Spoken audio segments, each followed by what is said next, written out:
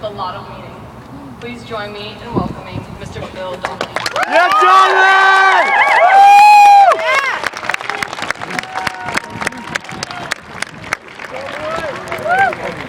Oh my gosh. Thank you very much for the warm welcome to the podium. Judging by the looks on your faces, though, I can tell some of you are thinking, oh, did we select one of the night custodians as our faculty speaker? I've never seen him before. Why is he breathing so heavy? Did he just finish an intense cardio workout? No. To both. Ladies and gentlemen, faculty, staff, administration, members of the school board, friends, family, and of course, the graduating class of 2011. It is my honor and privilege to be selected as this year's faculty speaker. As many of you know, the selection process is quite rigorous, much like a marathon, but with less running. Everything else is exactly the same. The Dove shorts, Gatorade, blisters, chafing, you name it, exactly the same as a marathon. Anyway, after I found out I was selected, I spent several hours trying to think of a few gems. A few pieces of solid gold. Maybe I could conjure up some magic Donley dust. And I could sprinkle it on the class and make even the graduates with a 4.0 GPA officially graduate with a 4.1 or 4.2. Unfortunately, I wasn't given enough time for that. I needed 15 minutes, but they said 5 to 10 minutes. They wouldn't budge. So you were technically stuck in the middle of my standard non-GPA affecting speech.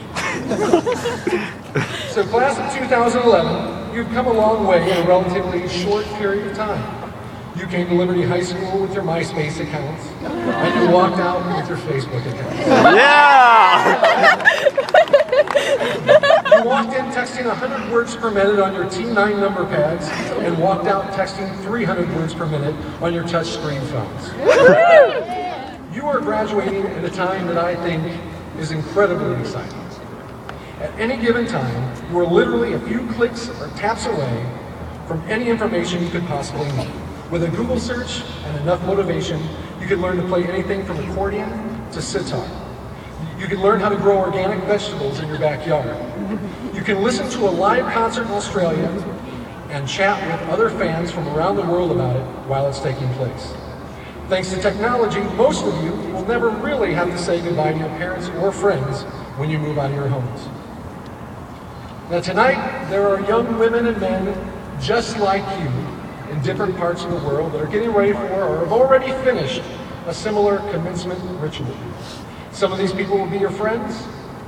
Some will end up being your colleagues. One might be your roommate and one might even become your spouse. These people you have never met are just waiting for you to find them. It may happen tonight. It may happen 10 years from now. It's very exciting when you think about it. Now, this time of the year is always interesting to me. As a teacher, I get the opportunity to sign a few student yearbooks. Some of the most common phrases I see in passing as I look for a place to scribble my words of wisdom are things like, don't change, or don't ever change, or stay the same. Folks, the sentiment is nice, but for the love of all things holy and good, do not try to stay the same. If I had followed my friend's yearbook advice by not changing, I'd be trying to apply the perfect amount of gel in my hair and listening to Vanilla Ice in my parents' basement, trying to decide on which flannel shirt I was going to wear with my baggy jeans and combat boots. That is not a pretty sight, folks. What your friends are really trying to tell you, or should be trying to tell you, is keep it real.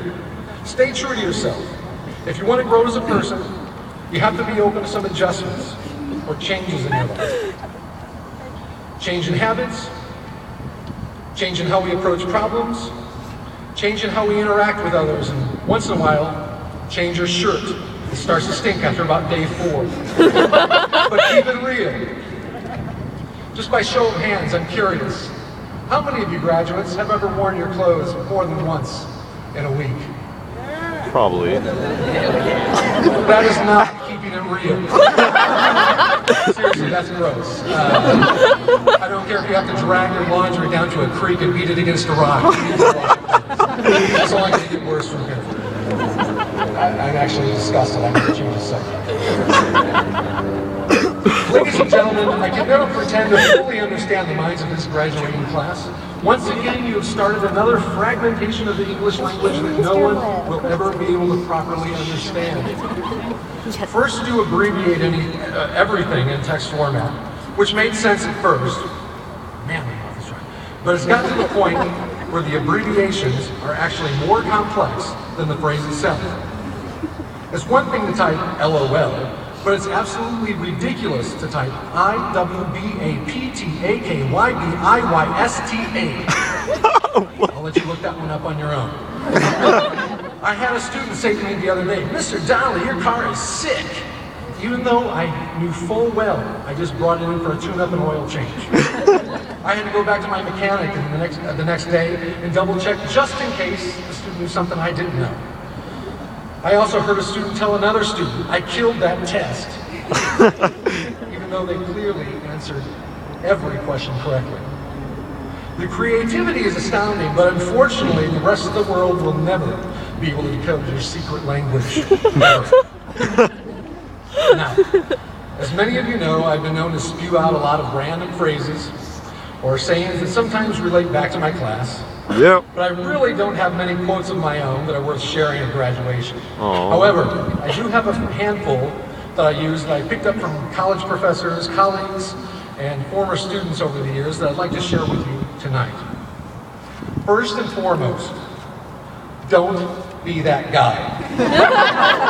You're laughing, and yes, we've all heard this one before, but I really question sometimes whether or not we all understand what it means. If somebody tells you don't be that guy or don't be that girl, they're trying to help you out.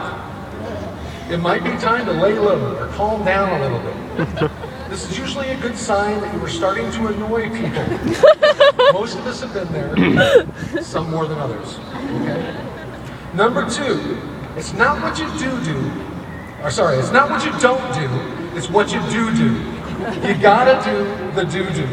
If you want to get ahead in life, you can't sit around waiting for a written invitation. You need to get your hands dirty once in a while and do the do-do. 3, buy the best and cry only once. Now, I didn't say buy the most expensive, although sometimes it feels that way. I said buy the best and cry only once. You'll know what's best for you when the time comes. Now, 4, most overnight success takes about 10 years. Catch that one? Okay, good. Do not get discouraged when things don't move according to plan or as quickly as you want them to. Just breathe in, breathe out, be patient. And the last one, and probably my favorite, there's truth in every joke. Let's face it, people, things are funny because they're true. We are so hypersensitive about what is acceptable to laugh at.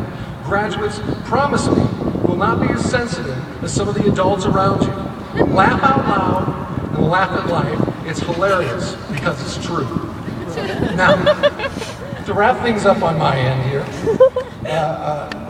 as the music guy at Liberty, even though it's not my contract to do this sort of thing, I think it's only appropriate that I close with something musical and something heartfelt. Think of it as my gift to the class of 2011, allowing us all to reflect on these last 4 incredible years. Hey Taylor, can I borrow your guitar now? Yeah! Woo!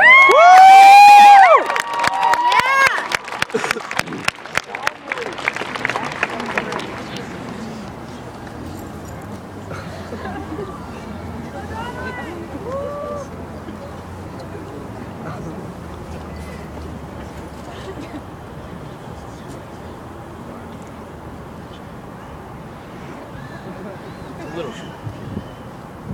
Never played the road before. Everybody hear me? Everybody hear me? Yeah.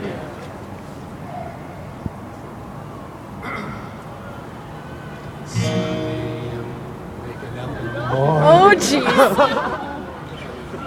Gotta be fresh. Oh, gosh. He's not right now. He's not. Gotta have cereal. Seeing everything the time's going. No. Taking on and on, everybody's rushing. Gotta get down to the bus stop. Catch my bus. Rising friends, kicking the front seat, sitting in the back seat. Which seat can I take? It's Friday, Friday, gotta get down on Friday. everybody's waiting for the Weekend, weekend. It's Friday, Friday, getting down on Friday. Everybody's waiting. Everybody's waiting. Party and party, party, sure. Fun. Everybody's waiting for the weekend.